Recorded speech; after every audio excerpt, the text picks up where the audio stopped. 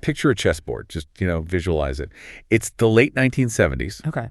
The Middle East is this incredibly complex, really high-stakes game. And right in the center of the board sits Iran's Pahlavi dynasty. Right in the middle of everything. Exactly. And to the intelligence agencies, the diplomats, the rest of the world, the Shah of Iran is the king on that board. He's this absolutely immovable piece. Oh, well, at least that's what everyone thought. Right, because he's got this modern military, immense oil wealth, decades of entrenched power, and then seemingly out of nowhere, within a matter of months, the entire board is just violently flipped. That's wild. The monarchy collapses, changing the geopolitical landscape forever. So, welcome to today's deep dive. We are going to explore a massive historical what if. A really big one. Yeah.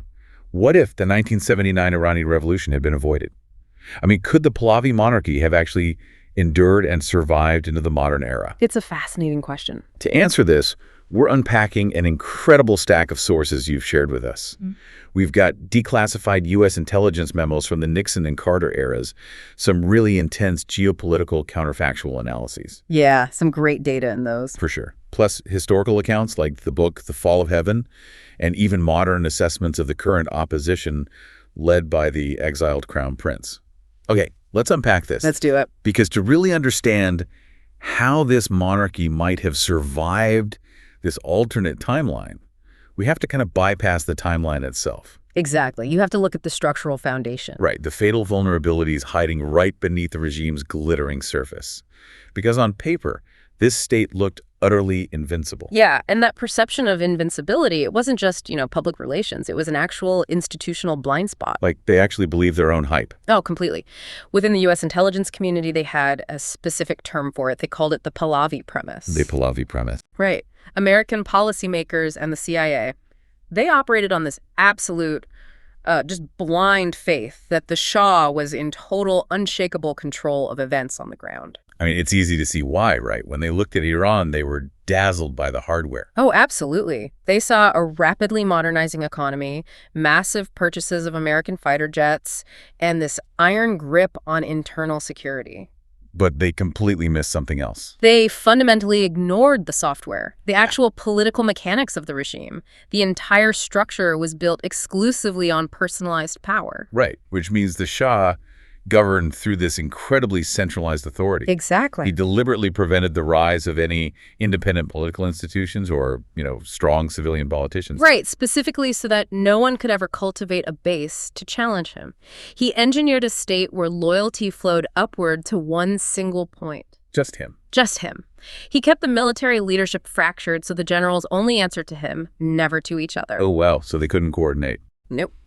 Cabinet ministers, parliamentarians, even the vast security apparatus.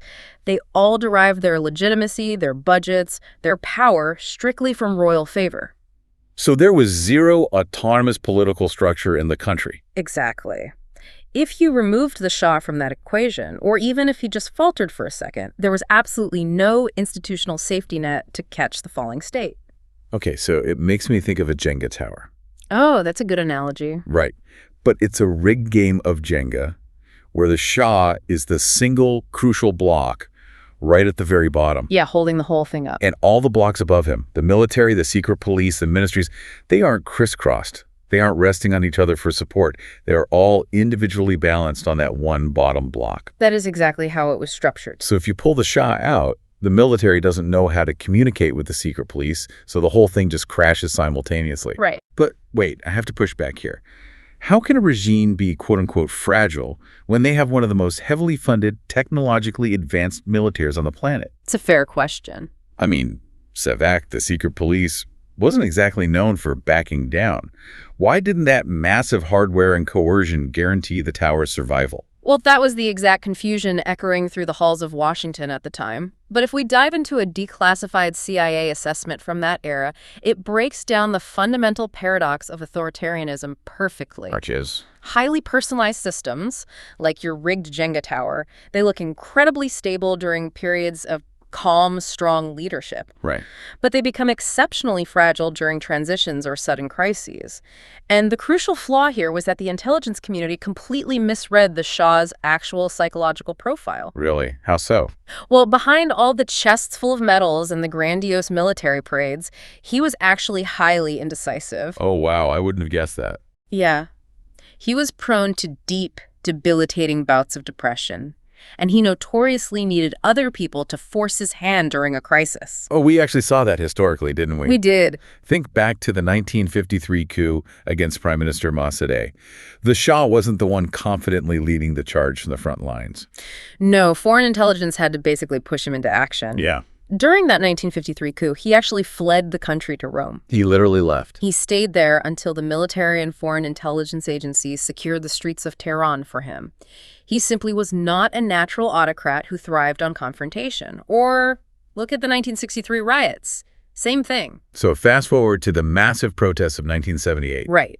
The personalized system he built absolutely required a decisive, ruthless leader at the top to give the brutal orders to crack down or, to make sweeping concessions. But the Shah was paralyzed. And because he had spent decades ensuring no general or minister was allowed to make a major decision without his direct approval. The entire state apparatus froze alongside him. Which brings up a biological reality that makes this whole counterfactual history so compelling. Oh, yes. This is crucial. Because the system relied entirely on him to function, the most direct, immediate threat to the monarchy's survival wasn't just the millions of people protesting in the streets. Right.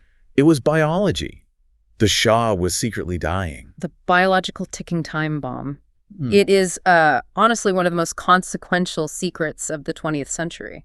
He had a very aggressive form of lymphoma. Yeah. And it was such a tightly guarded secret that even parts of his own inner circle, his political elite, they had absolutely no idea. They were totally in the dark. The sources detail how he suffered from splenomegaly, which is a severely enlarged spleen. Right. It got so pronounced that he was forcing his tailors to design custom uniforms just to physically hide the bulging evidence of his illness from the public and from his own generals. Yeah. When a state relies entirely on one man and that man is hiding a terminal illness, you are flying blind into a mountain. Just a completely doomed setup. Exactly. Yeah. Because the illness was a total secret, there was zero preparation for a transition of power. None at all. His heir, Crown Prince Reza, was only 17 years old at the time the revolution broke out. Wow. 17. Yeah. He completely lacked the administrative experience, the military authority, and those deeply entrenched political networks you need to rule a highly volatile, complex country. But wait, there was an institutional off-ramp already built, wasn't there? Yes, on paper. The sources mentioned the Shah had established a regency council way back in 1967. Right. And the whole design of that council was to allow Empress Farah to rule as regent if he died before the crown prince came of age. The off-ramp existed, but he refused to actually activate it until January 1979. Literally days before he finally fled the country. Exactly. He delayed activating this crucial survival mechanism for over a decade because he was absolutely terrified of creating a rival power center. Even with his own wife. Yes. In his mind, even his own wife was viewed as a potential threat to his absolute centralized authority. That is just staggering to think about. He was prioritizing his day-to-day absolute control over the actual long-term survival of his own dynasty. Right. What's fascinating here is how this power dynamic played out with Empress Farah. How so? Well, she possessed substantial cultural prestige. She was highly visible, very popular among certain demographics, and she championed the arts, modern architecture, and social welfare programs. She had a lot of soft power. Exactly.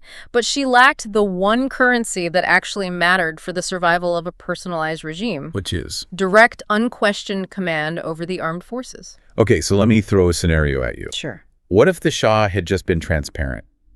Say, in 1977, before the protests really reach a boiling point, he admits he is terminally ill. Okay. He steps down, activates the Regency Council, and lets Empress Farah take over as regent while the Crown Prince comes of age. Could that have saved the monarchy? It's a very compelling counterfactual, and it's heavily debated in the sources. In theory, an early peaceful transition could have allowed Empress Farah to co-opt the moderate intellectuals and the secular middle class who were demanding liberalization. Right, because she was more culturally aligned with them. Exactly. But if we look at the mechanics of history, Regencies that feature an inexperienced monarch and a vulnerable regent, they almost always trigger intense factional warfare. Oh, I see. You have to remember, the military generals only answered to the Shah. Because of the rigged Jenga tower. Yes. Without his personal, terrifying authority to act as the ultimate arbiter, those conservative hardline generals are not going to take orders from a civilian queen they view merely as an arts patron. They just step right over her. They absolutely would. You likely would have seen the military battling court rivals and technocrats for real control. Wow. The structural rot was already so deep that simply changing the figurehead wouldn't have magically stabilized the foundation. Especially because that foundation was buckling under an unbelievable economic paradox. The economics were a disaster. Right. If the political structure was fragile, the economic engine driving it was running dangerously hot. The sources paint this vivid picture of an economic whiplash that created the perfect storm for a revolution. Yeah, to understand the economic collapse, you really have to look at the Shah's White Revolution launched in the 1960s. A modernization program. Exactly. This was an incredibly ambitious, aggressive campaign. We're talking massive land reform, rapid industrialization, expanding women's suffrage. And initially, it was a staggering success, right? It was. Throughout the 1960s, Iran was hitting incredible 10% annual economic growth rates. They were doubling their GDP per capita in a very short window. But then comes the 1973 global oil boom. Right. Which, on the surface, sounds like a dream scenario for an oil-producing monarchy, a massive sudden influx of petrodollars. It sounds perfect. But the sources point out this actually brought the curse of Dutch disease. Let's break down exactly how that works, because it's crucial here. So, Dutch disease is an economic phenomenon where a sudden massive influx of foreign currency, like a historic oil boom, actually destroys the rest of your economy. Because the money is just too much, too fast. Essentially, yes.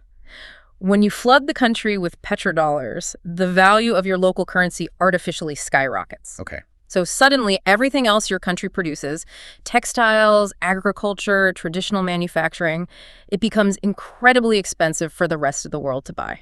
So your non-oil exports completely collapse. Exactly. Domestic manufacturing dies because it's suddenly cheaper to just import everything from abroad. All the capital and labor rush toward the oil sector, and the rest of the economy is completely hollowed out.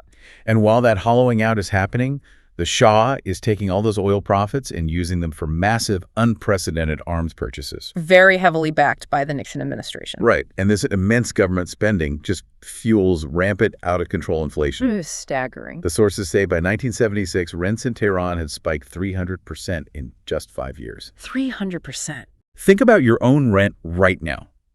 Imagine it tripling over the next few years, your wages aren't keeping up, and you are watching your tax dollars buy billions of dollars worth of fighter jets instead of housing. Yeah, it makes total sense why the secular middle class would completely snap. The resentment was visceral. And the Shah's response to this inflation was structurally disastrous. What did he do?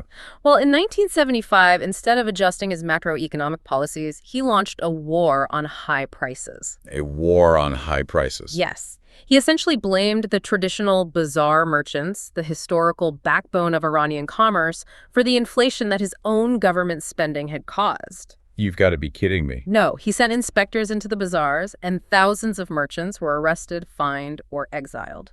Which is strategic suicide, because the bazaar was traditionally a core pillar of support for the monarchy. Exactly. It's like he installed a Formula One engine into a vintage chassis without upgrading the brakes or the steering. The sheer velocity of the economic wealth just tore the social vehicle apart. That is the exact mechanism of failure. And it highlights two massive missed historical exits where the regime could have laid down a stronger political chassis to handle that economic engine. What was the first one? The first missed exit was the 1953 CIA and MI6-backed coup that removed the democratically elected prime minister, Mohammad Reza. Right. By participating in the overthrow of a popular nationalist, the Shah permanently damaged his legitimacy among the secular middle class. He showed he relied on foreign powers rather than domestic consensus. And the sources highlight a second, later missed exit in the 1960s. Yes, the failure to support a reformist prime minister named Ali Amini in 1961. What did Milani want to do? He wanted to implement genuine, stabilizing economic reforms and drastically reduce the bloated military budget. Sounds reasonable. It was. But the Shah deeply distrusted any civilian politician gaining popularity, so he forced Amini's resignation.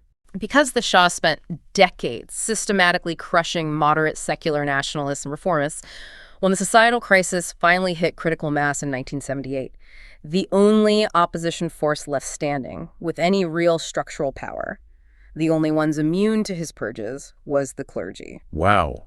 Okay, so we've diagnosed the regime's fatal flaws. We've got the rigged Jenga tower of personalized power, the hidden terminal illness, the Dutch disease economic whiplash. A perfect storm. Right, so let's take all of that and enter the geopolitical multiverse.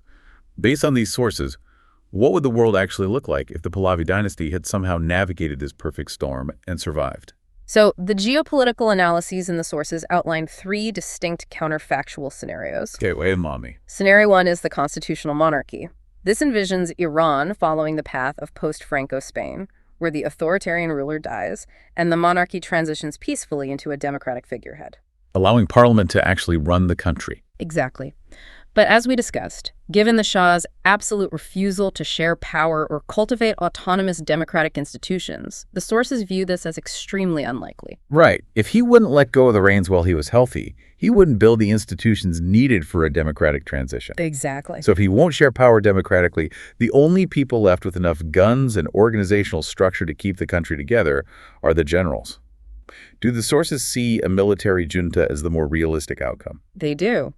And that brings us to scenario 2, a military-dominated monarchy. How does that look? Under the severe threat of a revolution, a military junta takes real operational control of the state, and the monarchy survives purely as a symbolic, heavily guarded figurehead to lend historical legitimacy to their martial rule. I see. And then there's scenario 3, which is gradual decay. Right. This relies heavily on what economists call the rentier state theory. Can you break down the mechanics of how that works? Sure. A rentier state relies on a broken social contract.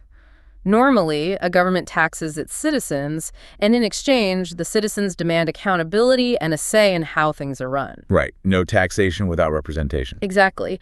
But in a rentier state, the government gets the vast majority of its wealth from external rent, like exporting oil. Oh, so they don't need the citizens' money. Precisely. Because they don't rely on taxing the population, they don't have to listen to the population's political demands. They just use the oil wealth to buy complacency through massive subsidies, government jobs, and handouts. So scenario 3 suggests the regime just uses this rentier wealth to buy off enough of the population to survive the immediate crisis. Yes, maybe lasting another decade, but slowly crumbling from the unresolved structural rot. So what does this all mean for the rest of the world? If Iran had survived, say, under scenario 2 or 3, as a heavily armed, Western-aligned superpower, how does that physically change the map of the modern Middle East? If we connect this to the bigger picture, the global ripple effects are truly staggering. First and foremost, the devastating 1980 to 1988 Iran-Iraq war likely never happens. Wait, really? Never happened? Almost certainly not. Saddam Hussein only invaded because he saw a chaotic, post-revolutionary Iran with a purged military. He wouldn't have dared to cross the border into a stable, heavily armed Pahlavi Iran. Wow. That's potentially 1 million lives saved right there. Easily. Plus, there is no American hostage crisis. Global oil markets remain significantly more stable through the shocks of the 1980s. That changes everything. It does. Furthermore, the strategic quiet alignment between Tehran and Tel Aviv continues uninterrupted, which completely alters the power dynamics of the Arab-Israeli conflict for the next 40 years. The butterfly effect is enormous. It really puts into perspective how the internal structural failure of just one state essentially rewrote the entire trajectory of modern global history. Absolutely. The loss of Iran instantly collapsed the United States' twin pillars policy in the Middle East, where they relied on Iran and Saudi Arabia for regional stability. Right. And it unleashed a wave of competing regional radicalism that policymakers are still grappling with decades later. And that brings us directly to the present, because this historical debate over how and why the monarchy survived or failed to survive, it isn't just an academic exercise confined to textbooks. Not at all. It is actively playing out right now in 2026. The current Islamic Republic is facing severe, ongoing protests, and the exiled Crown Prince, Reza Pahlavi, has stepped right back into the geopolitical spotlight. He really has. Now, I need to take a second here and explicitly address you, the listener. The sources we are utilizing contain highly polarized political viewpoints regarding the current unfolding situation in Iran. We are not taking sides or endorsing any political figures, but rather impartially reporting what the source documents analyze about this modern movement. That context is vital because the situation on the ground today is incredibly volatile. The current regime in Tehran is facing intense domestic backlash over a failing economy, severe crackdowns on personal freedoms, and the heavy geopolitical fallout from recent conflicts, particularly the June 2025 12-day war. Right. And right in the middle of this chaos in July 2025, Reza Pahlavi, the former crown prince who was 17 when the revolution happened, releases a massive 169-page document called the Iran Prosperity Project Emergency Phase Booklet. Yes. He is essentially offering himself as a transitional, unifying leader for a post-Islamic republic, Iran. And the intelligence sources and geopolitical analyses present two sharply contrasting viewpoints on his viability. They absolutely do. Viewpoint A, the supportive perspective, highlights that recent surveys and significant elements of the global diaspora suggest he might be the only figure with the historical name recognition required to bring together a deeply fractured opposition. Because everyone knows the name. Exactly. For some, especially the younger generations who never actually lived under his father's Savak, the Pahlavi era has taken on this powerful sheen of nostalgia. Oh, that makes sense. Yeah, they associate the monarchy with economic growth, secularism, and integration with the West. But then you have viewpoint B, which is highly critical of his reemergence. Very critical. Critics argue that he is relying entirely on unearned hereditary privilege. They point out the mechanism of his exile. I mean, in over 40 years of living abroad, he has failed to build any lasting, functional, grassroots political institutions. Right. He is also heavily accused of avoiding firm political stances, like waffling between supporting a democratic republic one day and a restored monarchy the next, just to avoid alienating factions. And the criticism goes much deeper into modern geopolitics. Some sources suggest his political reemergence is heavily intertwined with foreign influence operations. Like specifically Israeli-backed operations. Yes. There are also distinct fears regarding financial opportunism and access to billions in frozen Iranian assets. But perhaps most surprisingly, some leaked analyses indicate that regime strategists inside Iran have actually manufactured pro-Pahlavi slogans, chants like Reza Shah, rest in peace, to deliberately diffuse real, dangerous revolutionary energy. Wait, the regime itself is doing that? According to some sources, yes. They view royalist nostalgia as a harmless, backwards-looking distraction that naturally divides the modern opposition. Here's where it gets really interesting. Just think about the profound historical irony of that. The revolutionaries of 1979 overthrew the Shah because they demanded a radically different, better future. Right. And now, 47 years later, you have some protesters chanting the Shah's name in an attempt to overthrow those very same revolutionaries. It is a profound irony, but it highlights the distinct, enduring challenge for political exiles. Which is? Relying purely on a magic family name rarely translates into a functional, secure democratic transition if you don't possess resilient, on-the-ground political structures. In many ways, hoping that the persona of the crown prince alone can unite a country perfectly echoes the exact same institutional weakness. The personalization of power that doomed his father's monarchy in the first place. Okay, we've covered a massive amount of historical and modern ground today. To wrap this up for you, the Pahlavi dynasty didn't fall simply because a revolution magically materialized out of thin air. No, it didn't. It fell because its rigged Jenga tower of personalized power, the Shah's desperately hidden biological vulnerabilities, and the Dutch disease paradox of massive economic wealth without political representation left the state entirely hollow. Exactly. When the pressure finally hit critical mass, there was no structural foundation left to keep the tower standing. And looking at the historical record we've unpacked today, I want to leave you with a final provocative thought. Go for it. If you look at the last 5 centuries, Iranian states, from the Qajars all the way to the early Islamic Republic, they have survived catastrophic foreign invasions and immense external pressures. Right. They are incredibly resilient against outsiders. Exactly. Regimes in Iran don't typically fall to outside forces. They collapse from internal rot and elite fragmentation. So as we watch the current Islamic Republic and navigate massive sanctions and foreign strikes today, we really have to ask, will history repeat itself? That is the question. Will the current regime survive its foreign adversaries, only to eventually succumb to the exact same internal socioeconomic pressures and lack of institutional flexibility that doomed the Shah? That is a fascinating lens to view modern geopolitics through. The chessboard is always evolving, and the pieces are still moving today.